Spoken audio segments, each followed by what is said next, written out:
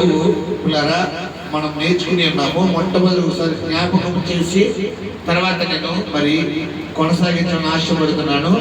3వ అధ్యాయము ప్రారంభం.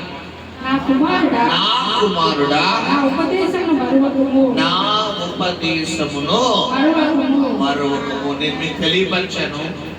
ఉపదేశము అనగా పిల్లరా తెలియపరిచేదాన్ని ఏమంటారంటే ఉపదేశము. అంటే పిల్లరా ప్రసంగము వేరు, ఉపదేశం వేరు. ప్రసంగము అంటే పిల్లరా మరి ఒక మ్యాటర్ ప్రిపేర్ అయ్యి సిద్ధపాటు కలిగి ఎలా మాట్లాడాలి, ఏది చెప్పాలి, ఏ విధంగా చెప్పాలి, ఎంత సమయంలో చెప్పాలి, పిల్లరా ఏమేమి చెప్పాలి, ఎలా చెబితే అది ప్రసంగం అవుతుంది అని తెలియపరచదని ప్రసంగము అంటారు. ఉపదేశము ప్రసంగానికి సంబంధం లేదు. ఉపదేశము అంటే ఉపదేశించేది. అంటే ఈ యొక్క ఉపదేశంలో ప్రత్యేకత ఏంటంటే పిల్లరా గమనించండి, తన ఎక్స్పీరియన్స్. ఏంటమ్మా ఎక్స్పీరియన్స్ అంటే ఏంటి పిల్లరా? అనుభవాలు. ఎవరైతే పిల్లరా వారి యొక్క అనుభవాలను జోడించి చెబుతున్నప్పుడు మనము ప్రసంగానికి లోబడినా లోబడకపోయినా ఉపదేశానికి మాత్రం 100% ఏమవ్వాలి? లోబడాలి. ఎందుకంటే ఎక్స్పీరియన్స్ తో చెప్పేది కనుక మనము లోబడకపోతే ఇలా గమనించండి, ఎక్స్పీరియన్స్ ఏదైతే ఉందంటే అనుభవంతో చెప్పేదానికి కనుక మనం సరౌండర్ అవ్వలేదు అనుకోండి, దెబ్బైపోయేది ఎవరంటే మనమే. దానివల్ల ప్రాబ్లం ఫేస్ చేసేది మనమే. ఫర్ ఎగ్జాంపుల్ మీకు అర్థమయ్యే పాట చెప్తాను. పిల్లరా వరదొచ్చి రోడ్డు మునిగిపోయింది. పిల్లరా మధ్యలో మనం రోడ్డుకి వెళ్ళే దారి ఏదైతే కదా మధ్యలో మునిగిపోయింది. ఇప్పుడు పిల్లరా అక్కడ ఆల్రెడీ అవతల నుంచి వస్తున్న ఒక వ్యక్తి ఆ గోతులో పడిపోయి తెలియక, అది గొయ్యని తెలియక పడిపోయి అక్కడ వెళ్ళి వచ్చేవారందరికీ అతడు పిల్లరా చెబుతూ ఒక మార్గదర్శిగా ఉండిపోయాడు. ఇప్పుడు అటువైపు వెళ్తున్న వ్యక్తులు ఎవరైతే ఉన్నారో వారందరూ ఈ వ్యక్తి చెప్పే మాటను బట్టి ఆగాల, వెళ్ళాలా? ఎలాంటి వ్యక్తి అయినా, ఎంత తెలివైన వ్యక్తి అయినా, ఎంత జ్ఞానమైన వ్యక్తి అయినా, ఎంత టాలెంటెడ్ వ్యక్తి అయినా ఆగాల, వెళ్ళిపోవాలా? కారణం ఏంటి? ఆల్రెడీ ఈ వ్యక్తి ఆ గోతులో పడ్డాడు. ఇప్పుడు దీన్నే ఉపదేశము అంటారు. ఇప్పుడు పిల్లరా అక్కడ వరద ఉంది. ఈ వ్యక్తి పడలేదు, కానీ ఏమండి వాటర్ వస్తుందండి, ఎల్లకని పడిపోతారంటే అని చెప్తున్నాడు. దీన్ని ఏమంటారంటే ప్రసంగము అంటారు. దీనికి వెళ్ళొచ్చు, వెళ్ళకపోవచ్చు. ఇప్పుడు తేడా అదే ఇక్కడ. అందుకనే సొలొమోను అంటాడు ఏంటంటే నా కుమారుడా. ఫస్ట్ ఆఫ్ ఆల్ రిలీజ్ అని పెడతాడు. అంటే పిల్లల సంబంధాన్ని తెలియపరుస్తున్నాడు. అవుటర్ గా చెప్పాలనుకుంటున్నాడా, ఇన్నర్ లోకి వస్తున్నాడా? ఇన్నర్ అంటే ఏం పిల్లరా? నా అనేది ఇన్నర్. పిల్లరా మీ అనేది అవుటర్, మీరు అన్నది అవుటర్, నా వారు అనేది ఇన్నర్. అంటే ఏంటి? అంటే కలుపుకోవడం. ఇక్కడ ఆ పదాన్ని మొదటి లైన్ మనం ఒకసారి లోతుగా ధ్యానిస్తే నా కుమారుడా. అందరినీ కుమారుడు అంటావమ్మా? చెప్పండి పిల్లరా. అందరినీ కూతురు అంటావా? అందరినీ అక్క, అందరినీ తమ్ముడు అంటావా? అంటే పిల్లరా అందరినీ కొంతమందికి మాత్రమే మనం ఏం కలుపుతుంటే రిలేజ్ పిల్లరా ఆ యొక్క సంబంధాన్ని కలుపుతాం. కొంతమంది వయసులో పెద్దవారిని బాబాయ్ అంటారు, స్త్రీలంటే పిన్ని అంటారు, లేదా ఇంకా కొంచెం ఎంగేజ్ అయితే అక్క అన్న అంటారు, కొంచెం వీరికంటే చిన్నవారైతే చెల్లి తమ్ముడు అంటారు, బాగా వృద్ధుల వయసులో అంటే నాన్నగారు అమ్మగారు అంటారు. ఎందుకే వీళ్ళు అన్నంత మాత్రం వాళ్ళు రక్త సంబంధికులు అయిపోతారంటే కాదు, అదేంటి గౌరవపదమైన పదం. ఇక్కడ సొలొమోను పిల్లరా సంఘాన్ని సంఘానికి తెలియపరిస్తే ఏమంటాడంటే, ఇది చదువుతున్న వ్యక్తి ఎవరైతే ఒకవేళ పురుషుడైతే అతనికి ఏ విధంగా సంబోధిస్తున్నాడు? నాకు. ఒక స్త్రీ అయితే నా కుమార్తె. సరే, ఇప్పుడు ఎవరైతే చదువుతున్నారో వారితో ఇది ఈ వాక్యం మాట్లాడుతున్నట్టుగా మనం చదవాలన్నమాట. ఒకసారి చదవండి. ఆడపిల్ల అయితే ఎలా చదవాలి? నా కుమారుడా, నా ఉపదేశం మరువకుము. ఉపదేశం అంటే నేను ఇప్పుడు నీకు తెలియపరిచేది ఏదైతే ఉందో అది మర్చిపోకు. ఇంకా ఏమి చెప్పలా, ఇప్పుడు చెప్పబోతున్నాను. నా ఎక్స్పీరియన్స్ ఏదైతే ఉందో, నా జీవితంలో జరిగిన అనుభవం ఏదైతే ఉందో, ఆ అనుభవాన్ని నేను నీకు తెలియపరచబోతున్నాను. నువ్వు అది అస్సలు మర్చిపోకు. నువ్వు ఏదన్నా మర్చిపోయినా పర్వాలేదు, కానీ ఎవరికన్నా డబ్బులు ఇచ్చి మర్చిపోయినా పర్వాలేదు, ఎక్కడన్నా వస్తువు పెట్టినా మర్చిపోయినా పర్వాలేదు, తినే తిండి విషయంలో, బట్టల విషయంలో, ఏ విషయంలో మర్చిపోయినా పర్వాలేదు. బట్ ఆ ఉపదేశం మర్చిపోవద్దు అంటాడు. మర్చిపోతే కలిగేటటువంటి నష్టం తీవ్రంగా నువ్వు ఎదుర్కొంటావు. కాబట్టి ముందుగా ఏం చేస్తున్నాడు పిల్లరా? చూడండి, మీకు అర్థమై భాషలో తెలియపరచాలి ఆశపడుతున్నాను. మనం హైవే రోడ్డు మీద వెళ్తాం. కొన్ని సందర్భాల్లో పిల్లరా బాగా మలుపులు ఉంటాయి. బాగా మలుపులు ఉన్నప్పుడు పిల్లరా ముందుగా అక్కడ రెడ్ కలర్ రేడియం కలర్ అక్షరాలతో ఒకటి రాత్రి ఏంటంటే, పిల్లరా ప్రమాదము జరుగు స్థలము కాబట్టి జాయిగా ఆగి స్లోగా వెళ్ళండి అంటాడు. ఇంతకీ పిల్లరా ఆ మాట జరిగిన ప్లేస్ లో ఏమైనా యాక్సిడెంట్ జరుగుతాయి అంటే స్పీడ్ గా వెళ్తే జరుగుతాయి, స్లోగా వెళ్తే అవుతాయా? అవ్వవు. హల్లెలూయా. ఇక్కడ గమనించండి పిల్లరా, ప్రమాదం జరుగుతుందని చెప్పినప్పుడు వెంటనే జరిగిపోద్దంటే జరగదు. మనకు వాళ్ళు ఏమిస్తున్నారు? హెచ్చరిక ఇస్తున్నారు. ఆ హెచ్చరిక పాటిస్తే మనకు కలిగేది ప్రయోజనం ఏంటంటే ప్రమాదం జరగకుండా ఆగుతుంది. అలాగే చెప్తారు. నేను దగ్గర అన్నాను అనుకోండి, మన చేతులారా ప్రమాదం ఎవరు తెచ్చుకోండి పిల్లరా? మనమే తెచ్చుకోండి. హల్లెలూయా. కాబట్టి గమనించండి, ఆయన ఉపదేశమును నువ్వు మరవద్దు అని సొలొమోను చెప్తాడు. ఎందుకంటే బైబిల్లో మనం చూసుకుంటే ఆది కాండం దగ్గర నుంచి ప్రకటన గ్రంథం వరకు ఉన్న భక్తుల యొక్క జ్ఞానము, తెలివితేటలు పిల్లరా, వారి యొక్క మేధాశక్తి ఒక వంతు, సొలొమోను జ్ఞానము, తెలివితేటలు, మేధాశక్తి మరొక వంతు. ఎందుకంటే సొలొమోనుకి ఉన్న జ్ఞానాన్ని దేవుడు ఇస్తూ ఏం చెప్పాడంటే, నీకు ముందు ఇంత జ్ఞానవంతులు లేరు, నీ తర్వాత ఎవరు ఉండరు. దాన్ని బట్టి అర్థం చేసుకోండి. ఆదాము వారికి ఉన్నంత జ్ఞానం, అబ్రహాం గారికి ఉన్నంత జ్ఞానం, మోషే గారికి ఉన్నంత జ్ఞానం, ఇప్పుడు హానోకు గారికి ఉన్నంత జ్ఞానం చెప్పాలి. కొత్త నిబంధనల పేతురు, యోహాను గారికి ఉన్నంత జ్ఞానం. ప్రకటన గ్రంథం జరగబోయే సంఘటనలు రాసేసాడు ఎవరు? యోహాను. ఆయనకున్నంత జ్ఞానం అంటే అంత జ్ఞానం ఎవరికి ఇచ్చాడు దేవుడు? సొలొమోనుకి ఇచ్చాడు. అయితే ఆ ఇచ్చిన జ్ఞానాన్ని సొలొమోను కొంచెం మంచికి వాడాడు, కొంచెం చెడుకు వాడాడు. మరి ఆ మంచి ఏంటో ఆ చెడేంటో ఇక్కడ ఎక్స్పీరియన్స్ అంటే అనుభవపూర్వకంగా సంఘానికి తెలియపరుస్తున్నాడు. అదే ఇక్కడ మనం చదువుకున్నాము.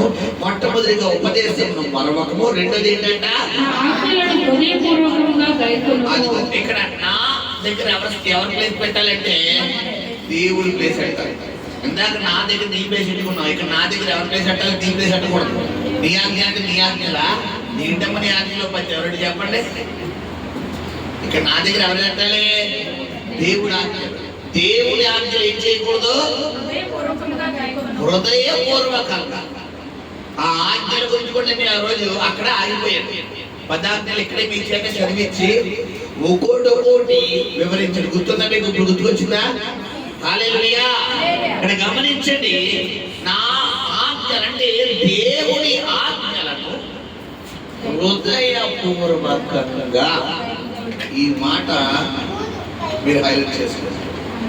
ఎందుకు హృదయపూర్వకంగా అన్నాడు అంటే, ఆ ఆజ్ఞల విషయంలో చాలా మంది కొన్ని చేస్తారు, కొన్ని చేయరు. కొన్ని నచ్చుతాయి, కొన్ని నచ్చవు. బైబిల్ ఏం చెప్తుందంటే పులిసిన పిండి కొంచెం ఉన్నను ముద్దంతే పాడే. నీ పాత తిత్తులలో క్రొత్త ద్రాక్షరసం వేసిన ఎడల తిత్తులు పెగిలించబడను, ద్రాక్షారసము వాడు. తిత్తులు అంటే ఏంటమ్మా? నీ హృదయం. ద్రాక్షరసం అంటే ఏంటి? ఆశీర్వాదం.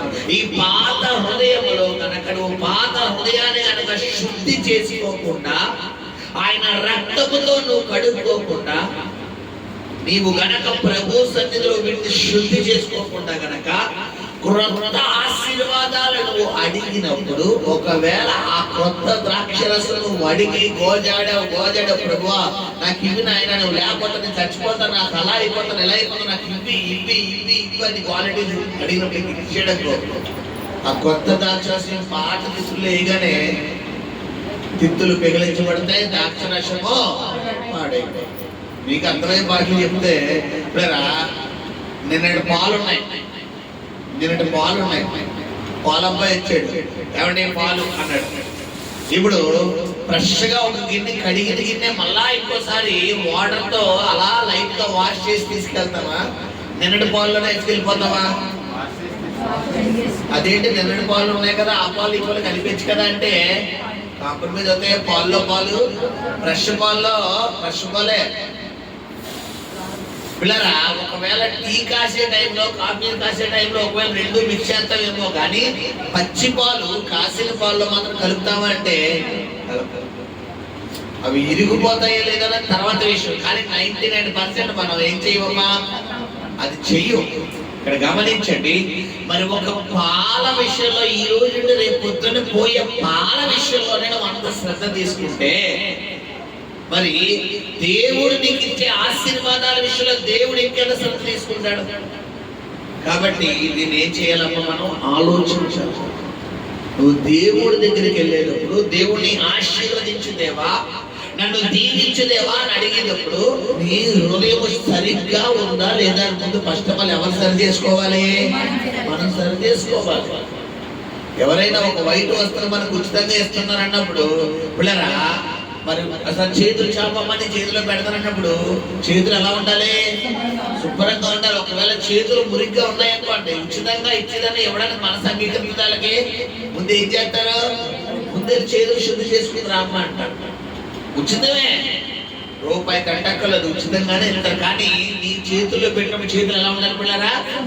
శుభ్రంగా. ఇక్కడ గమనించండి, దేవుడు నీకు ఆశీర్వాదం ఇవ్వడానికి సిద్ధంగా ఉన్నాడు. కారణం ఎవరంటే, ఆటంకం కావడానికి కారణం ఎవరమ్మా? మనం ఏంటి? హృదయం ఎలా ఉంది? శుద్ధిగా లేదు. ఇక్కడ అదే అంటున్నాడు, పిల్లరా నా కుమారుడా నా ఉపదేశం మరవకు అని అక్కడ చెప్తూ, రెండోది దేవుని ఆజ్ఞలను ఏం చేయొద్దంట? హృదయపూర్వకముగా గైకొనుము. హల్లెలూయా. హృదయపూర్వకంగా యాక్సెప్ట్ చెయ్యాలి. నీకు నచ్చితే ఒకలాగా, నచ్చకపోతే ఒకలాగా, కుదిరితే ఒకలాగా, కుదరకపోతే ఒకలాగా. పిల్లరా మరి వీలైతే ఒకలాగా, వీలు కాకపోతే ఒకలాగా నువ్వు చేయకూడదు. గమనించి, కొంతమంది అబద్ధం ఆడతున్నది బైబిల్. ఇప్పుడు అవసరాన్ని బట్టి ఏం చేస్తారు? అబద్ధం ఆడతారు. బైబిల్ ఏం చెప్తుంది? నువ్వు సచ్చినా కూడా ఏం చేయకూడదు? అబద్ధం ఆడకూడదు. నీ నోట్లోంచి అబద్ధం రాకూడదు అంతే. ఒకవేళ వచ్చిన మరుక్షణం నువ్వు తండ్రిని మార్చేస్తాను. ఎవరైనా పిల్లరా నీకు ఎంతమంది తండ్రులు అంటారా? మీ నాన్నగారి పేరు అంటారా? చెప్పండి అమ్మా. మీ నాన్నగారు అంటారు తప్ప మీ నాన్నలు ఎంతమంది అని అడగరు. మనకున్న నాన్న ఒకరు. ఎవరైనా పరలోకపు తండ్రి. ఇప్పుడు నువ్వు సత్యం మాట్లాడితే నీకు తండ్రి ఆయనే, అబద్ధానికి జనకుడు ఎవరు? ఇప్పుడు నీ నోట్లోంచి అబద్ధం వచ్చింది, నీ నోటి ద్వారా నువ్వే ఎవరిని మార్చేసుకున్నావు? నా తండ్రి యేసయ్య కాదు, నా తండ్రి సాతానుడు అని ఒప్పుకున్నావు. ఎప్పుడైతే సాతానుడు నా తండ్రి అని నోటితో నువ్వు ఒప్పుకున్నావో, ఇప్పుడు పిల్లరా మరి తండ్రి తర్వాత తండ్రికి సంబంధించిన ఆస్తులన్నీ ఎవరికి వారసత్వంగా వస్తాయి చెప్పాలి? పిల్లలకు వస్తాయి. ఇప్పుడు యేసయ్య తర్వాత వచ్చే ఆశీర్వాదాలన్నీ ఏంటి? ప్రేమ, సమాధానం, సంతోషం, ఆశా నిగ్రహం, దయాలత్వం, విశ్వాసం, సాత్వికం, దీర్ఘశాంతం, పిల్లరా ఆశా నిగ్రహం. ఇలా 9 రకాలు ఉంటాయి దేవుని తర్వాత వచ్చే ఆశీర్వాదాలు.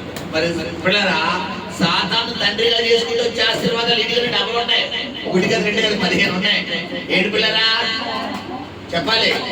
కోపం, స్వార్థం, అసూయ, చెప్పాలి విగ్రహారాధన, ఏంటమ్మా పగ, కక్షలు, అల్లరితో కూడిన ఆటపాటలు, పిల్లరా ఇంకా మత్సరము, అభిచారము, వ్యభిచారము, విగ్రహారాధన, చారత్వము, అది ద్వేషం. ఇప్పుడు ఈ తండ్రి దగ్గర 9, ఈ తండ్రి దగ్గర ఉన్న 9 నిన్ను పరలోకానికి తీసుకెళ్ళిపోతాయి. ఈ తర్వాత వచ్చే ఆశీర్వాదాలు. ఈ తండ్రి దగ్గర ఉన్న 15 నరకానికి తీసుకెళ్ళిపోతాయి. ఇప్పుడు గమనించు, నువ్వు వాడిన చిన్న అబద్ధం వల్ల తండ్రులు మారిపోతున్నారు. తండ్రులు మార్చేయడం వల్ల తండ్రుల నుంచి వచ్చే ఆశీర్వాదాలు కూడా మారిపోతున్నాయి. ఇప్పుడు యేసయ్యను నువ్వు తండ్రిగా చేసుకోవాలంటే 10 ఆజ్ఞల్లో గల ఒక ఆజ్ఞ ఏంటి? అబద్ధమాడకు. గుర్తుపెట్టుకో. నీ పొరుగు వాడిది ఆశించకు. నీది కానిది నీది కాదు. ఎప్పుడైతే ఈ 10 ఆజ్ఞలలో మనము ఏ ఒకటి మనము మీరినా మనకు వచ్చే ఆశీర్వాదాలు మన చేతులారా మనం ఏం చేసుకున్నట్టు పిల్లరా కోల్పోతున్నట్లు లెక్క. హల్లెలూయా. మనం పెరుగు తోడేటక్కర్లేదు. పెరుగులో ఒక 2 ఫింగర్లు ఎట్టి ఎలా తిప్పేసి అదే ఫింగర్ తీసుకొచ్చి పాలు ఎలా తిప్పేసామనుకోండి, దూరం వచ్చిన పాలు తొడుచుకేయాల్సిన అవసరం లేదు. సాయంత్రం ఇద్దరికి ఏం తయారైపోద్ది? That's all. నువ్వు పాపం చెయ్యగలదు, పాపం చెయ్యగలదు. పాపము సంబంధించిన నువ్వు చూసినా చెయ్యగలదు, చెప్తారు కదా, చెయ్యగలదు. చూసినా, విన్నా, ఆలోచించినా, తాకినా, వెళ్ళినా, హృదయంలో భద్రపరుచుకున్నా నువ్వు పాపం చెయ్యగలదు. చెప్తున్నాడు కదా, పాత నిబంధన ప్రకారం వ్యభిచరించకు అని ఉంది. దాని గురించి మీకు మన ఎక్స్ప్రెషన్ వచ్చారు కదా. 3వ వచనానికి వెళ్దాం అనుకున్నాను, అందుకే 2వ వచనం ఇంకా ఆగుతున్నాను. వ్యభిచరించకు అని ఉంది పాత నిబంధన ప్రకారం. అంటే ఏం చేయొచ్చు పాత నిబంధన ప్రకారం? పిల్లరా ఫేస్ టు ఫేస్ అపవిత్రంగా మాట్లాడుకోవచ్చు, వినొచ్చు, చూడొచ్చు, అశ్లీలమే చూడొచ్చు, అశ్లీలమే మాట్లాడుకోవచ్చు, అశ్లీలమే ఆలోచించవచ్చు, హృదయంలో భద్రపరచుకోవచ్చు. బట్ ఏం చేయకూడదు పాత నిబంధన ప్రకారం? శరీర కార్యాలు ఎప్పుడు తప్పు చేయకూడదు, సైనించకూడదు. ఇది చేస్తే వ్యభిచారం. బట్ కొత్త నిబంధనకు వచ్చేసరికి ఆయన షార్ట్ కట్ చేసేసి, మామూలు షార్ట్ కట్ కాదు. ఏంటంట చెప్పాలి? నీవు నీ సహోదరుని భార్యను పరాయి స్త్రీని ఒకవేళ వేరే చూపుతో ఒకవేళ చూసి ఆమె వస్త్రధారణ చూసి లేదా అతని వస్త్రధారణ చూసి నీ హృదయంలో గనక ఒక్క మాట నువ్వు అనుకున్న మరుక్షణం అక్కడికక్కడ ఏం చేసినట్టంటే మనం వెంటనే పరలోకానికి సంబంధించిన టికెట్లు ఏం చేసుకున్నట్టు చింపేసుకున్నాడు. దీన్ని బట్టి ఎంత కఠినంగా ఉండాలి చూడండి. అదే ప్రతిరోజు మనం ఏం చేసుకోవాలంటే మన కళ్ళ మీద ఏం చల్లుకోవాలి? ఏసు రక్తం. మన చెవుల మీద ఏం చల్లుకోవాలి? మన నోటి మీద ఏం చల్లుకోవాలి? ఏసు రక్తం. మన హృదయం మీద ఏం చల్లుకోవాలి? ఏసు రక్తం. హల్లెలూయా, హల్లెలూయా, హల్లెలూయా. గమనించండి, ఇక్కడ చెప్తున్నాడు ఆయన ఆజ్ఞలు ఎలా యాక్సెప్ట్ చేయాలంటే హృదయపూర్వకంగా. బైబిల్ ప్రకారం దేవుడు వాక్యం చెప్తుందమ్మా, నమ్మకమైన వారికి మెండుగా కలుగు. ఈ రోజు నీకు ఇంకా ఆశీర్వాదాలు రావట్లేదు, నీకు ఇంకా దీవెన రావడం లేదు, ఇంకా నీ జీవితంలో నువ్వు కార్యాలు పొందుకోలేకపోతున్నావంటే కారణం ఏంటో తెలుసా నీకు? చెప్పండి. ఇంకా మనకు ఆశీర్వాదాలు రావట్లేదు, ఇంకా మనకు దీవెన రావట్లేదు, ఇంకా నేను కార్యాలు పొందుకోలేకపోతున్నానంటే కారణం ఏంటనుకుంటా, నువ్వు 100% భక్తి చేస్తున్నావంటే కాదు. ఇక్కడ చర్చికొచ్చి కూర్చున్న ఈ గంటే నీ భక్తి. వన్స్ ఇంటికి వెళ్ళాక ఒరిజినాలిటీ బయటకు వచ్చాయి. నీ కోపం, నీ ద్వేషం, నీ అసూయ, నీ పగ, నీ ఈర్ష్య, నీలో దేవుడికి ఆయాసకరమైన క్రియలు, ఏదైతే దేవుడు వద్దన్నాడో దానికి మనం ఏమేస్తామంటే ఓటే. ఇక్కడ ఎలా ఉన్నావో ఇంటికి వెళ్ళక కూడా ఎలా ఉండాలమ్మా, అలాగే ఉండాలి. గుండెల మీద చేసుకుని చెప్పండి, 100% నేను చర్చిలో ఎలా ఉన్నానో, ఇంట్లో ఎలా ఉన్నానో, ఇంట్లో ఎలా ఉన్నానో, నా జాబ్లో ఎలా ఉన్నాను, 100% ఒకరన్నా కనబడగలరా? మరి ఆశీర్వాదాలు ఎలా వస్తాయి మనకి చెప్పాలి. ఆశీర్వాదాలు ఎలా వస్తాయి? నమ్మకమైన వారికి దీవెన ఎలా కలుగునట? నిండుగా కలుగు. ఎలా ఉండాలి దేవుళ్ళు? నమ్మకంగా ఉండాలి. నమ్మకంగా ఉండమంటే ఇప్పుడరా మీకు అర్థమయ్యే భాషలో చెప్తాను. పరిశోభత మా వయసు ఉన్నారు, వీళ్ళ అమ్మ డాడీ ఊరు వెళ్ళారు. ఇప్పుడు వీళ్ళకి ఇల్లు అని చెప్పేశారు, పిల్లలు జాగ్రత్తగా ఉండండి, ఆ రోజు స్కూల్ సెలవు, పిల్లలు జాగ్రత్తగా ఉండండి అన్నారు. ఇప్పుడు వాళ్ళ మమ్మీ డాడీ ఉన్నప్పుడు ఈ బ్లెస్ ఎవరిని తీసుకునేది. ఇప్పుడు వాళ్ళ మమ్మీ డాడీ ఊరు వెళ్ళిపోయారు, ప్లస్ వాళ్ళ ఫ్రెండ్స్ అందరికి ఫోన్ చేసి మా డాడీ ఊరు వెళ్ళిపోయారు అంటే ఇంట్లో ఆడుకోవచ్చు. మొత్తం 20 మంది ఫ్రెండ్స్ అడుగులు తీసింది, ఇంట్లో పిలిచి ఇంట్లో ఉన్న కిరాణా సరుకులు అన్ని చేసి పిల్లరా ఈ పిల్లలు ఆడపిల్లలు ఆడుకుంటారు కదా, ఆటలేంటి లెక్కపట్టుకు సంబంధించింది మొత్తం కందిపప్పు, పెసరపప్పు, ఆ పప్పు, ఈ పప్పు అన్ని తీసేసి ఈ ఆడపిల్ల ఆడటం మొత్తం బయట ఉన్న ఆ ఆకులు అలములు అన్ని తీసుకొచ్చి పిల్లరా ఇంట్లో అంతా ఆటలాడటం మొదలెట్టింది. చిన్నపిల్ల గారు పెద్ద పిల్ల మమ్మల్ని చెప్తున్నారు, ఇలా ఆడటం మొదలెట్టింది. మంచం ఎక్కడం, వాళ్ళు ఎగిరి గంతులేయడం, వాళ్ళు ఆడుకోవడం. ఇంటికి వచ్చేసరికి మొత్తం చంద్రవందర అయిపోయి. వాళ్ళ అమ్మ డాడీ వచ్చేసరికి ఇంటి మళ్ళీ ఎంతమంది ఉన్నారు? వైశుభ్రసి ఉన్నారు. వస్తున్నారు అనగానే ఫోన్ రాగానే తను ఏం చేసింది ఫ్రెండ్స్ 20 మందిని. ఇప్పుడు ఇంటికి వచ్చేసరికి ఇంటి ఎలా చేశారంటే ఆడుకున్నాం మనం, మేము ఒకలా ఆడితే అలా అవుతుందా? ఎంతమంది తింటుంది ప్లస్ 20 మంది తింది. ఇప్పుడు చెప్పండి, నమ్మకం అంటే ఇదేనా? చెప్పలే. నా కుమార్తె నమ్మకంగా ఉందా? నమ్మకం అంటే ఏంటి? డాడీ మమ్మీ ఇంట్లో వెళ్ళిపోయిన తర్వాత లాక్ వేసిన డోరు, మళ్ళా డాడీ మమ్మీ వచ్చి డోర్ కొట్టే వరకు ఏం చేయకూడదు, డోర్ ఓపెన్ అవ్వకూడదు. దీన్ని ఏమంటారు? నమ్మకం అంటారు. నీ నమ్మకాన్ని దేవుడు చూస్తున్నాడు. నీ హృదయం అనే డోరు నువ్వు దేవుడికి తప్ప ఎవ్వరికి ఓపెన్ అవ్వకూడదు. అందుకే ప్రభుత్వం ఇదిగో హృదయం అనే తలుపున తలుచుడు నేను కట్టుచున్న ఎవడైనా నా స్వరము విని తలుపు తెరిచిన ఎడలా నేను వానిలోనికి వచ్చి వానితో కూర్చుని ఏం చేస్తానంటున్నాడు? భోజనం అంటే దీనికి సంతోషం చెప్పాను, సమాధానం. గమనించండి సహోదరులు, దేవుని ఆజ్ఞను 100% ఒకటే పెట్టుకో. అందుకే బైబిల్లో ఉంది దినవృత్తాంతాల గ్రంథంలో ఆయన ఆజ్ఞలు మన కళ్ళ ముందు ఎలా ఉంటాయంటే లలాట పత్రిక అంటే. లలాట పత్రిక అంటే పిల్లరా నీ ఇంటిలో వాక్యం ఉండాలి.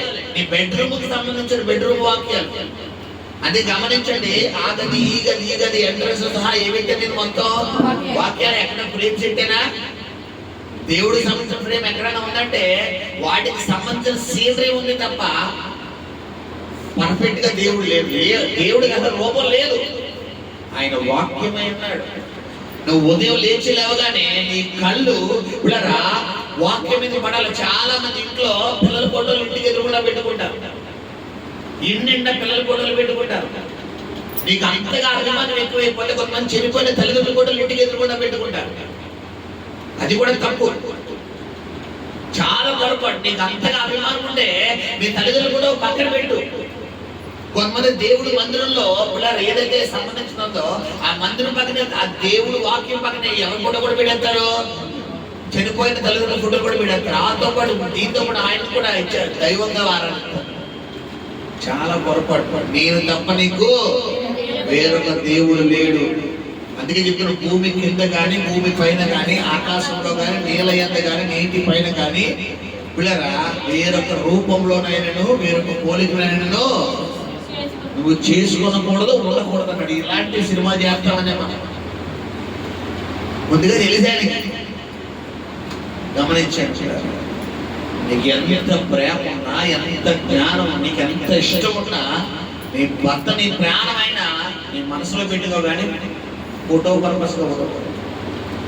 నీ బిడ్డలు నీకు ప్రాణమైన దేవుడు వాక్యానికన్నా ఎక్కువ ఉండకూడదు. అంతే. నువ్వు దేవుడు వాక్యానికన్నా ఎక్కువ పెట్టావా పతన వ్యవస్థ.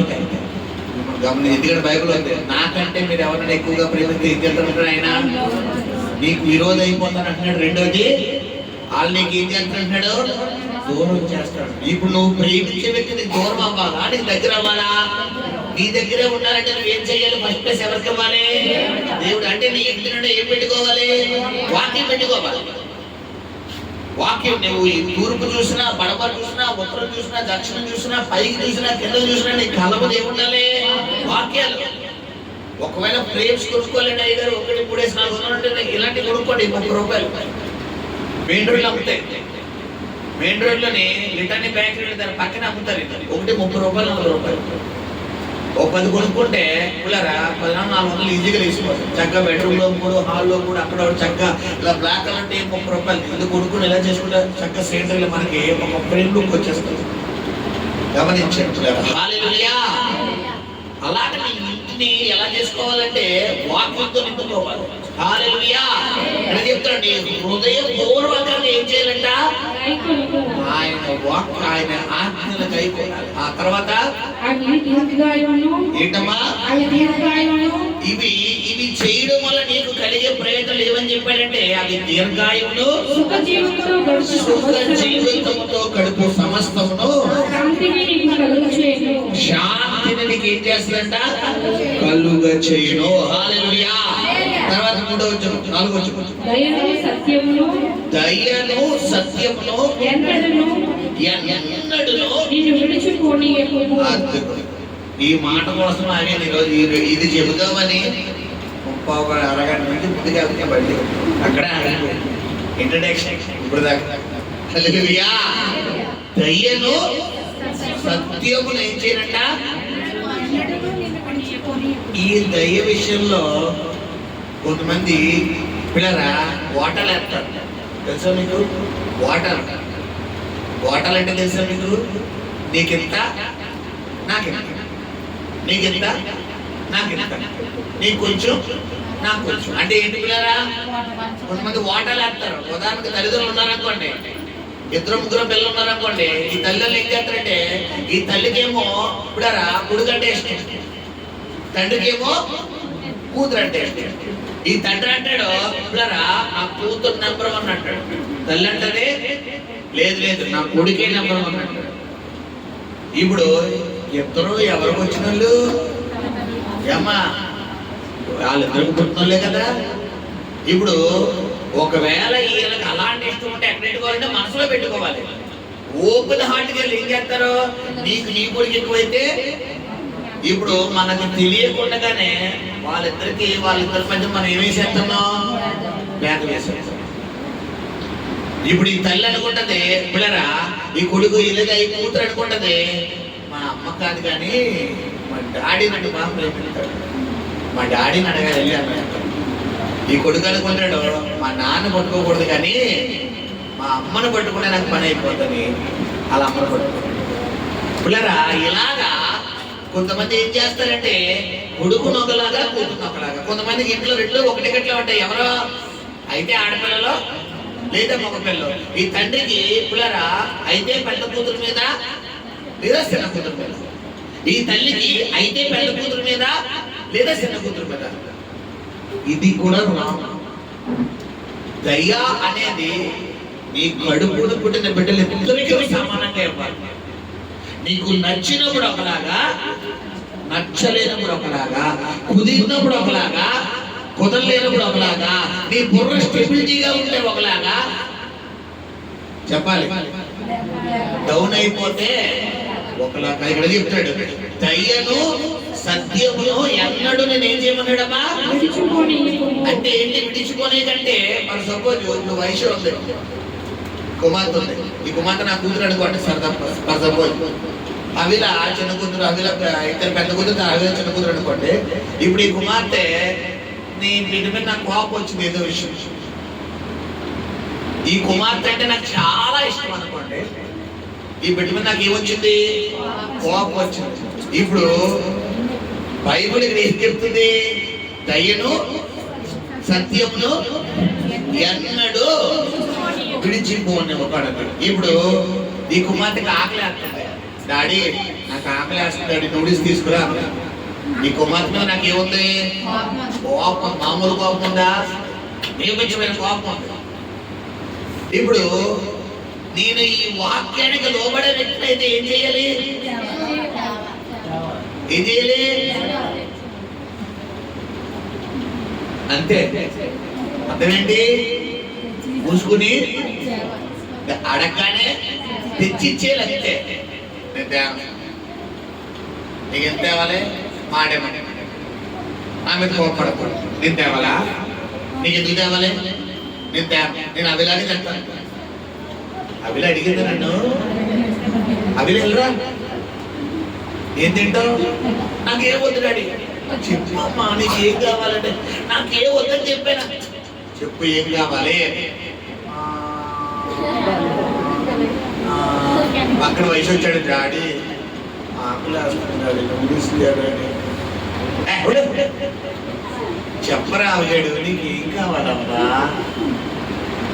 ఇదేనా బైబిల్ చెబుతుంది? ఇప్పుడు చెప్పాలి.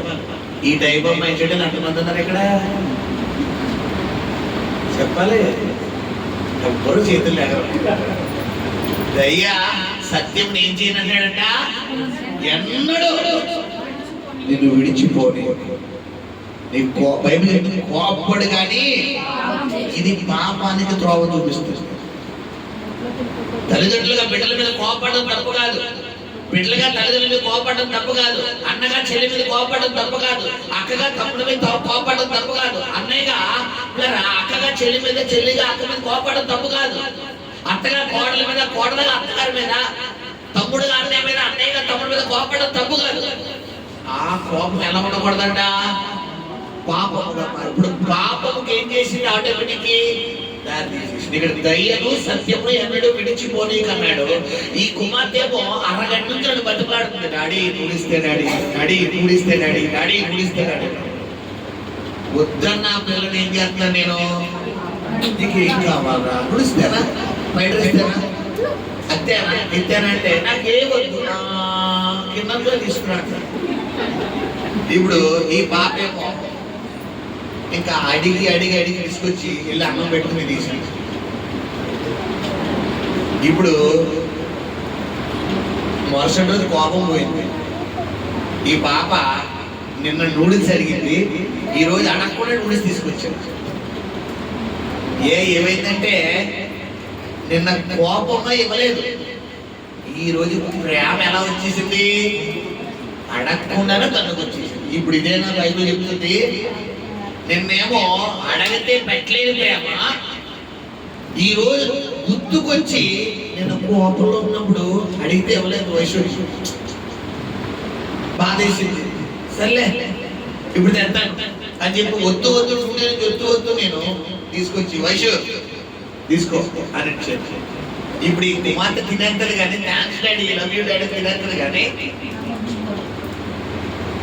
నేను ఈ అమ్మాయికి చేసింది కరెక్టా? కారణం ఏంటి? అడిగినప్పుడు ఏం చేయలేదు కుమార్తెకి నేను.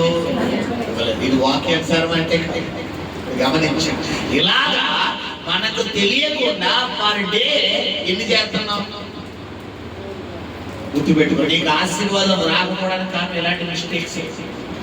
ఇలా నేను వైట్ వస్త్రం వేసుకున్నాను, దీని మీద మరి ఈ టాప్ నుండి లాస్ట్ అరిపాదం వరకు ఎక్కడ చిన్న బ్లాక్ సంబంధించిన డాట్ కనబడిన మీ దృష్టి అంతా వైట్ వస్త్రం మీద ఉంటుందా? దాని మీద ఉంటుందా? పాస్టర్ గారు బాబు మాట్లాడిపోయిన బట్టలు వేసుకొచ్చారమ్మా, అది ఎలా పడిందో నాకు తెలియదు. మీరు చూసుకోవాలి, మీరు సెల్ఫీ దాకా తెలియదు. అవిలా పెట్టేసిందో లేదా దేని మీద అడ్డుకుపోయిందో లేదా నాకు తగిలిందో తెలియదు. పాస్టర్ గారు పాపం ఇంకో ఏమంటారు దీన్ని అంగీయా, ఈ అంగీకి అంటుకుపోయింది పాపం. అలా చూస్తున్నాను, దీనంగా చూస్తాను. ఏంటమ్మా నా మొక్క దీనంగా చూస్తానంటే ఏంటి ఇలా అందరూ జనంగా చూస్తారు, ఏంటంటే ఎలా చూసినా చూస్తే ఇంత మంచుంది. దృష్టి అంతా దేని మిగిలింది? ఇప్పుడు ఈ పవిత్రమైన భక్తిలో ఎక్కడ అక్కడ ఏమి ఉండకూడదు పిల్లరా? మంచు ఉండకూడదు. ఎక్కడ నువ్వు పెట్టుకోకూడదు. అందుకే కీర్తనగాడు దావీదు అన్నాడు పిల్లరా, అనుదినము తను ఏం చేసుకుంటే దేవుడి సన్నిధిలో పిల్లరా తగ్గించుకోవడం కదా, పరిశోధించుకుంటున్నాడు. నీ సన్నిధిలో నేను ఏమన్నా పాపం చేశానేమో, నీకు ఆయాస్కరంగా నేను ఏమన్నా ప్రవర్తించానేమో, నేను దుఃఖంగా ప్రవర్తించానేమో పిల్లరా నాకు జ్ఞాపకం చెయ్యని ప్రభు సన్నిధిలో ఏం చేస్తాడంటే కీర్తనకారుడు దేవుణ్ణి అడిగి తను పరిశోధించుకో. ప్రతిరోజు మనం అడగాలి, ప్రభువా ఈ రోజు ఏమన్నా నేను బాధ పెట్టాను ఆయన, నా చూపు ద్వారా, మాట ద్వారా, తలంపుల ద్వారా, ఆలోచన ద్వారా, భావోద్రేకాల ద్వారా, క్రియల ద్వారా నేను ఏమన్నా బాధ పెట్టానా ప్రభు, నీకు ఏమన్నా బాధ కలిగించానని ప్రతిరోజు మనం ప్రభుని ఏం చేయాలి పిల్లరా? అడిగి ఆ తర్వాత ఒకవేళ చేసే ఉంటానేమో మన మనస్సాక్షి మనకి ఏం చెప్తే తెలుసా పిల్లరా? నువ్వు ఏ తప్పు చేయలేదు, నువ్వు చాలా పవిత్రుడు, నువ్వు చాలా పరిశుద్ధుడివి, నీ అంత పవిత్రమైన ఎవడో లేడు, నీ అంత పరిశుద్ధమైన ఎవడో లేడు, నువ్వు చాలా నెంబర్ వన్ అన్నాడు. ఇప్పుడు మన మనస్సాక్షి ఎలా చెప్తే బైబిల్ ఏం చెప్తుంది? నువ్వు తప్పు చేసావు, నువ్వు పాపం చేసావంట. ఇప్పుడు బైబిల్కి లోపడాలా, నీ మనస్సాక్షికి లోపడాలా? బైబిల్కి లోపడితే నీకు ఆశీర్వాదాలు. నీ మనస్సాక్షికి లోపడితే ఉన్న ఆశీర్వాదాలు ఎగిరిపోతాయి. కొత్త ఆశీర్వాదాలు కావాలా, ఉన్న ఆశీర్వాదాలు ఎగిరిపోవాలా? కొత్త ఆశీర్వాదాలు కావాలంటే ఆయన చెప్పిన వాక్యాన్ని మనస్ఫూర్తిగా హృదయపూర్వకంగా ఏం చేయాలమ్మా? గైకొనాలి. హల్లెలూయా. ఇక్కడ చెప్తాడు, దయను సత్యమును ఎన్నడూ నిన్ను విడిచిపోనీయకుము. సత్యం మీకు ఇంత చెప్పాడు కదా, అబద్ధం అనేది నీ నోట్లోకి ఏం చేయకూడదు, రాకూడదు. అబద్ధం అంటే ఉదాహరణకు మీకు అర్థమయ్యే మాటలు చెప్పాలంటే మళ్ళా సీరియస్ తీసుకుంటాం. స్కూల్లో ఏదో ఎగ్జామ్ పెట్టారు, 25 మార్కులు ఎగ్జామ్ పెట్టారు. 25 మార్కులకి పిల్లరా ఆ డాడీ అన్నారు, స్టీఫెన్ పాల్ గారు, నాకు 25కి 25 రావాలి, లేకపోతే నేను కార్డు తీసేస్తాను అన్నారు. ఈ అమ్మాయికి 25కి 10 మార్కులు వచ్చింది. ఎన్ని మార్కులు వేసుకొని 15 వేసుకొని పిల్లరా ఈ అమ్మాయి ఏం చేసిందంటే ఆ పేపర్ మీ డాడీ చూపించి సంతకం పెట్టించి అన్నారు. ఇప్పుడు 10 ఎలా ఉంటుంది? అంకి 1 0. ఈ బాబు ఏం చేసి తెలుసా, ఆ 1ని ఇలా సైడ్ లాగి, ఈ 1లోంచి ఇలా సైడ్ లాగి ఎంత అయిపోతుంది? ఇప్పుడు 2 అయిపోతుంది. డాడీ స్కోరేజ్ వస్తారు తప్ప మార్కులు లెక్కేస్తారా? చెప్పాలి. స్కోరేజ్ వస్తారు తప్ప మార్కులు లెక్కేస్తారా? లెక్కేయరు. కాబట్టి జాగ్రత్తగా తెలివితేటలుగా లాగేసి, డాడీ 25 అన్నాం, 20 వచ్చినాయంటే పోలే 5 కదా అంటారు. 15 తగ్గితే ఎలా ఉంటుందో తెలుసు కాబట్టి ఇప్పుడు 5 తగ్గినాయి కదా పోలే అని 20 అన్న తెచ్చుకున్నా కానీ సాటిస్ఫై. ఇప్పుడు ఆ కుమార్తె ఆ డాడీని మోసం చేయింది, ఎవరి దగ్గర అబద్ధం ఆడింది? చెప్పాలి, దేవుడి. ఇక్కడ గమనించిన కొంతమంది పిల్లరా తప్పించుకోవడానికి సత్యాన్ని విడిచిపెడతాడు. నీకు అర్థం కాని విషయం ఏంటంటే నువ్వు దేవుణ్ణి మోసం చేస్తున్నా గుర్తుపెట్టు. నువ్వు దేవుణ్ణి మోసం చేస్తే మన తెలుగు భాషలో చెప్పడం పుట్టగతులు లేకుండా మన తెలుగు భాషలో చెప్పాలంటే అడ్రస్ లేకుండా పోతాం. బైబిల్లో సౌలు గారు ఎవరిని మోసం చేద్దాం అనుకున్నారు బాబు? చెప్పాలి. ఇలాగే దేవుడు ఏం చెప్పాడు? మొదటి సమయాల గ్రంథము పిల్లరా 15వ అధ్యాయంలో సౌలుకు ఒక పని చెప్తాడు. ఏంటి? అమాలేకీయులను ఒత్తిగా నాశనం చేసి నిర్మూలన చేసి పూర్తిగా పాడు చేసి వచ్చారా అన్నాడు. అయ్యగారు ఏమేం చేశారు పిల్లరా? చెడ్డ వాటిని మంచి వాటిని డివైడ్ చేసి మంచి వాటిని అన్నింటినీ తీసుకెళ్ళి అయ్యగారు దొడ్లో కట్టి పిల్లరా ఇంత ఆరోగ్యంగా ఉన్నా ఇంతగా బలిసి ఈ ఏటమాసం ఎంత భలే ఉంది, ఎంతగా బలిసినట్లని దేవుడు ఎందుకు చెప్పామన్నాడు? దేవుడు సరిగ్గా చూసున్నాడు. మరి దేవుడికి తెలియదు కదా. ఏమా నీకు దేవుడికి ఉన్నంత జ్ఞానం ఎక్కువ ఉంది. మరి పాప దేవుడి కళ్ళు సరిగ్గా కనబడలేదు, నీకు బాగా కనబడ్డాయి కళ్ళు. ఒకటి. రెండోది ఏం చేశాడు? కెనీలను డివైడ్ చేశాడు. రెండోది మూడోది ఏం చేశాడు? రాజుతో సహా అందరినీ చంపేయమంటే రాజుగారిని తీసుకొచ్చి ఎక్కడ దాశాడు? పిల్లరా ఎక్కడ దాశాడు చెప్పాలి? జైల్లో దాశాడు. మీకు విషయం చెప్పమంటారా? ఇంతకీ ఆ అమాలేకీయులను కొద్దిగా నాశనం చెయ్యకపోవడం వల్ల, ఆ రాజును బతికించడం వల్ల, ఆ రాజు తదనంతరం బయటకు వచ్చి మళ్ళా తను వివాహ వ్యవస్థ కంటిన్యూ చేయడం వల్ల ఆ వంశావళి నుంచి వచ్చిన వ్యక్తి ఎవరో తెలుసా? ఎస్తేరు గ్రంథంలో ఉన్నటువంటి హామాన్. ఎస్తేరు గ్రంథంలో హామాన్. ఆ హామాన్ ఎంతమంది చంపుదాం అనుకున్నాడంటే యూదా ప్రజలందరినీ కూడా ఉరికప్పు వేసేసి డైరెక్ట్ గా ముద్దుకైదు కూడా సరిపెడతాం. ఇప్పుడు ఇక్కడ ఫినిష్ అవ్వలేని వ్యక్తిని దేవుడు ఎక్కడ ఫినిష్ చేశాడు? ఆ ఎస్తేరు గ్రంథం. అంటే మధ్యలో ఇతని వల్ల ఈ సౌలు చేసిన చిన్న పొరపాటు వల్ల ఎంతమంది జనాభా వచ్చారు చూసారా? ఇప్పుడు అనుకోవచ్చు చిన్న తప్పే కదండి, చిన్న అబద్ధమే కదా, ఆ మాట్లాడక అలా వెళ్తారా? ఆ చిన్న పొరపాటు నీకు చిన్నదే, నీ దృష్టిలో చిన్నది, నీ దృష్టిలో తక్కువ, ఆ దృష్టిలో చిన్నది కాదు. ఆ దృష్టిలో పిల్లరా వద్దు అంటే ఏం చేయాలి? మానేయాలి. ఆగిపోతే ఏం చేయాలి? దాని ఒక కన్నెత్తి కూడా చూడకూడదు. ఏం చెప్తారు దేవుడు? లోతు సంతానాన్ని పిల్లరా సొదొమ గొమొర్రా విడిచిపెట్టి ఆ ప్రాంతానికి వెళ్ళమన్నప్పుడు దేవదూతలు ఏం చెప్తున్నాయి? వెనక్కి తిరగొద్దు.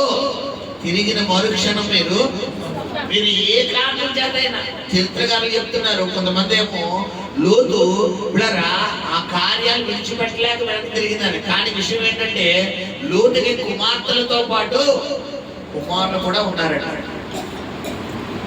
కుమార్తెలతో పాటు కుమారులు కూడా ఉన్నారు. మన ఆదికాండం 19 ఒకసారి గమనిస్తే అక్కడ దేవదూతలు నీ కుమారులను తీసుకుని బయటికి రాని దేవదూత చెప్తాడు లోతుగా.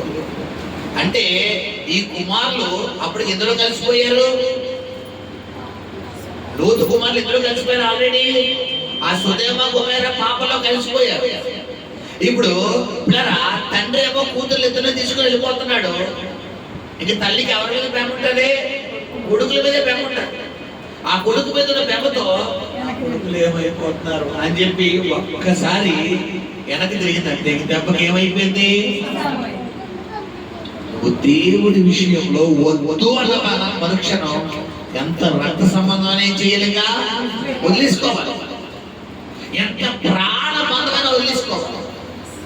ఎంత ఇంపార్టెంట్ అయిన వస్తువు అయినా, ఇల్లు అయినా, డబ్బు అయినా వదిలేసుకోవాలి. వద్దు అంటే వదిలేదు. నువ్వు దానికోసం కనుక ఆలోచించి బెంగ పెట్టుకుని తలకాయ కూడా తెచ్చుకుని దేవుడి సన్నిధిలో దేవుడికి వ్యతిరేకంగా కనుక నువ్వు ప్రార్థన చేసావా, నీ జీవితంలో చాలా అనంతాలు చూస్తావు. హల్లెలూయా, హల్లెలూయా. సౌలు అలా విరోధంగా వెళ్ళే పరమైపోయాడు. అది గమనించండి. ప్రభు చెబుతున్న మాట ఏంటంటే దయను సత్యమును ఎన్నడూ నేను ఏం చేయకూడదంట, విడిచిపోనే. ఇంకో మాట చదువుకుని ముగిద్దాం. చదువునాను. వాటిని కంఠ భూషణముగా ధరించుకొనుము. అది కంఠ భూషణం అంటే ఏంటి తెలుసు కదా మీకు?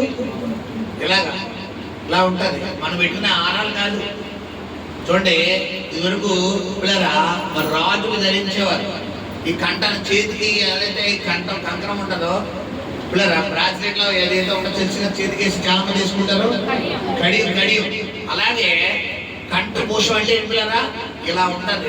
ఇలా ఉంటే ఇక్కడ మా ముత్యంలా ఉంటారు. అంటే దయా సత్యము నీ కంఠలో ఏం చేయాలి? బయటికి రావాలి. నీ నోట్లోంచి రావాలంటే దయతో కూడిన మాటే, సత్యముతో కూడిన మాటే రావాలి. నేను గోప్పెద కొట్టినా, నిన్ను కోపంతో మాట్లాడినా, నిన్ను బూతులు మాట్లాడినా, నిన్ను దూషించినా, నిన్ను హేళన చేసినా, నిన్ను అవమానపరిచినా కంటలోంచి ఏం రావాలి? దయ రావాలి. గమనించండి, ఎందుకు నీకు ఆశీర్వాదాలు ఆగిపోతున్నాయి, ఎందుకు నీకు దీవెన ఆగిపోతున్నాడో ఇక్కడే దొరుకుతున్నావు. కంఠభూషణ ఎంత అదే చెప్తున్నాడు. మీకు ప్రారంభంలో ఏం చెప్పాను? మొదటి వచ్చిన ఏమని చెప్పారు మీకు? నా కుమారుడా నా ఉపదేశము మరువకుము. అది ఈ ఉపదేశాన్ని ఏం చెయ్యొద్దు, నువ్వు ఎక్కడ మర్చిపోతావా అని ప్రారంభంలో చెప్పేసాడు. ఒకవేళ చివరి చెప్తే అవునా మరవకూడదా, అయ్యో ముందు చెప్తే కొంచెం ఒళ్ళు కళ్ళు దగ్గరట్టుకుంటుంది కదా అని అంటావేమోనని సొలొమోను గారికి మనకన్నా జ్ఞానం ఎక్కువ కాబట్టి అడిషనల్ గా కొంతమంది తెలివితేటలు చాలా ఉంటాయి. పిల్లరా ఏదైనా వాతావరణం చూసిన తర్వాత వారు మొత్తం అబ్జర్వ్ చేస్తారు. అబ్జర్వ్ చేసి ఇలాగా అలా జరిగింది, ఎలా జరిగింది, ఎలా జరిగింది, ఎలా జరిగింది, సీక్రెట్ ఇన్వెస్టిగేషన్ ఉండదు కదా, మొత్తం సిఐడి సంబంధించిన అనమాట. పిల్లరా ఆ సిఐడి బ్రెయిన్ అంటే చాలా క్రిమినల్ బ్రెయిన్, చాలా లోతుగా ఆలోచిస్తారు. మనం కూడా అలా ఆలోచించలేము. ఇప్పుడు సొలొమోను గారు ఆగాచారు, మనం ఎక్కడ మర్చిపోతామో మనం చాలా మొదటి టెంకలకు తెలిసేది. పిల్లరా చాలా తెలివైన వాళ్ళని, చాలా జ్ఞానం ఉన్న వాళ్ళని తెలిసే ముందుగా ఏం చెప్తున్నాడు ఆయన, మరిచిపోకు, జాగ్రత్తగా కైకొను, జాగ్రత్తగా ఈ ఆజ్ఞలన్నీ వినని ముందుగా టైటిల్ పెట్టి తర్వాత ఒక్కోటి నేర్పుతున్నాడు. హల్లెలూయా. తర్వాత చదువుకుంటాం. ఈ హృదయమున పలక మీద వాటిని వ్రాసి అదిగో ఈ చెప్పినవన్నీ రాసుకోమన్నాడు. ఆ తర్వాత 4వ వచనం, అప్పుడు దేవుని దృష్టి యందును దేవుని దృష్టి యందును మానవుల దృష్టి యందును నీవు దయనుంది మంచివాడవని అనిపించుకొందువు. ఇది చాలు ఈ రోజుకి. ఏంటంట, అప్పుడు దేవుని దృష్టికి మానవులంటే ఎవరో, నీ భర్త, నీ భార్య, నీ తల్లి, నీ చెల్లి, నీ అక్క, నీ అమ్మ, నీ నాన్న, మీ అమ్మగారు, మీ తాతగారు, మీ చిన్నమ్మగారు, మీ చిన్నాన్నగారు, మీ పెద్దనాన్నగారు, మీ పెద్దమ్మగారు, మీ అత్తయ్య గారు, మీ మామయ్య గారు, మీ తాతమ్మ, మీ నానమ్మ, మీ జయజమ్మ, మీ ముత్తాత, మొత్తం చుట్టాలు పట్టాలు ఎంతమంది ఇటు కూడా మనుషుల దృష్టికి దేవుని దృష్టికి పిల్లరా నువ్వు మంచివాడవు అనిపించు. ఇప్పుడు నువ్వు మంచివాడవు అనుకుంటే ప్రార్థన సరిపోతుందా చెప్పండి? లెక్కన ప్రార్థన సరిపోద్దా? మంచివాడు అనిపించుకోండి వాక్యం చెప్పి సరిపోద్దా? ఈ లెక్కన ఏం చేయాలి చెప్పాలి? వాక్యానుసారమైన జీవితం జీవించాలి. నీలో వచ్చినట్టు ఉండాలమ్మా. ఆయనకు కావాల్సినదే యథార్థవంతుల ప్రార్థన యెహోవాకి శోభస్కరం, నీతిమంతుల ప్రార్థన యెహోవా చెవి. యథార్థవంతుల ప్రార్థన కోసం లోకమంతా యెహోవా పనులు ఏం చేస్తాయంట పిల్లరా సంచరిస్తారండి. ఎక్కడైనా యథార్థవంతుడు ఉన్నాడా అని లోకమంతా సంచరిస్తుందంట. అలా సంచరించగా పిల్లరా మరి అక్కడక్కడ ఒక్కొక్కరు తగ్గుతున్నారు. మరి ఈ రోజు ఆ ఒక్కరు నువ్వెందుకు అవ్వకూడదు? ఆ ఒక్కడు నువ్వెందుకు అవ్వకూడదు? హల్లెలూయా. గమనించండి ఎలా ఉంటుంది ప్రార్థన, మీ ఆత్మీయ జీవితం ఎలా ఉంది? హల్లెలూయా. చిన్న ఎగ్జాంపుల్ చెప్పి ముగించాలని ఆశపడుతున్నాను. ఒకానొక సమయంలో ఒక వ్యక్తి, అంటే నువ్వు విడిచిపెట్టకపోతే నీకు కలిగే నష్టం ఎలా ఉంటుందో నేను మీకు ఈ ఎగ్జాంపుల్ ద్వారా చెప్పి ముగిస్తాను. ఒకానొక సమయంలో ఒక వ్యక్తి ఒక గృహాన్ని అమ్మేద్దామని డిసైడ్ అయ్యాడు. ఆ కొనుక్కునేవారు వచ్చాడు. అయితే ఈ వ్యక్తి అన్నాడట, అయ్యా నేను పక్కా డాక్యుమెంట్స్ తో ఈ వ్యక్తికి పలానా వ్యక్తికి ఫస్ట్ పార్టీ సెకండ్ పార్టీ వరకు నేను అమ్మేస్తున్నాను. అయితే చిన్న వినతి అన్నాడట. ఏంటయ్యా వినతి అంటే, నేను వీరు ఫ్రంట్ గదిలో ఒక మేకు కొట్టుకుంటాను అన్నాడట. ఒక మేకుకు నాకు ఏమి ఇవ్వాలి? చోటు ఇవ్వాలి. ఆ మేకు నేను కొట్టుకోవడానికి మీరు నాకు మరి పర్మిషన్ ఇవ్వండి. మరి